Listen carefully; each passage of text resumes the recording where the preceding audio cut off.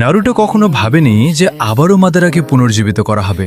ঠিক তখনই যখন ওৎসুতসুকি গডরা পৃথিবীতে নামতে চলেছে, হঠাৎ ওরোচিমারু নারুটোর সামনে এক বিশাল সারপ্রাইজ নিয়ে হাজির হলো।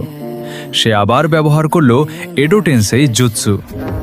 একে একে কোনোহার সব লেজেন্ড ফিরে আসতে লাগলো। সব হোকাগে, জিরাইয়া সেন্সেই, সাকুমো, এমনকি পুরনো আকাতসুকি মেম্বাররাও মাটি ফুঁড়ে বেরিয়ে এলো। আর শেষে ফিরে এলো উচিহা মাদারা আর ওবিতো। জিরাইয়া আর নিজের বাবা মিনাটোকে দেখে নারুটো কয়েক মুহূর্তের জন্য স্তব্ধ হয়ে গেল। সে ওরোচিমারুকে বলল, তোমার এই মহান আত্মাগুলোকে আবার বিরক্ত করা উচিত হয়নি। ওরোচিমারু হালকা হেসে বলল, রিল্যাক্স, এই এডোটেন্সেই এখন পুরোপুরি বিজ্ঞানের মাধ্যমে আপগ্রেড করা হয়েছে। এখন আর কারো জীবন বলি দিতে হয় না। নারুটো গভীর নিঃশ্বাস নিল এবং শেষমেশ রাজি হয়ে গেল। ঠিক তখনই মাদারা ধীরে ধীরে চোখ খুলল। সে মুচকি হেসে বলল, আবার আমাকে ডাকা হলো? আর এবার আমাকে ডেকেছে স্বয়ং নারুটো উজুমাকি? নারুটো বলল, হ্যাঁ, কিন্তু এবার বাধ্য হই। ওৎসুতসুকি ক্ল্যান আবার ফিরে আসছে। মাদারা হালকা হাসল।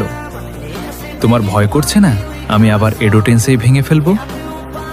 নারুটো শান্ত গলায় বলি, বুঝে গেছো আসল শান্তি কি? মাদারা জোরে হেসে উঠল।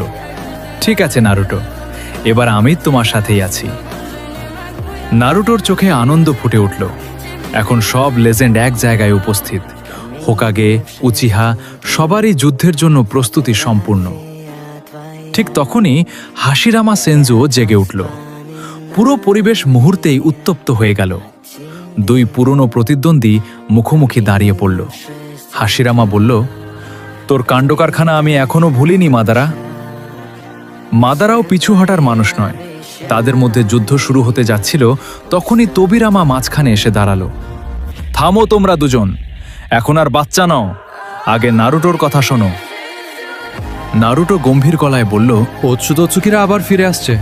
সাসুকে তার রিনেগান হারিয়েছে, আর আমি কুরামাকে। আমরা আগের মতো শক্তিশালী নেই। সাসুকে বলল, ওদের লক্ষ্য বোরুটোকে ধরে তার শক্তি দিয়ে আবার ইনফিনিট সুকুয়োমি শুরু করা। মিনাটো অবাক হয়ে বলল, নারুটোর ছেলে? তাহলে আমি তো দাদু হয়ে গেছি।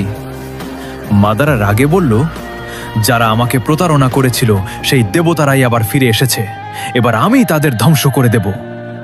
ঠিক তখনই ইতাচি ধীরে ধীরে চোখ খুলল। সাসুকে চোখের পানি ধরে রাখতে পারল না। ভাই।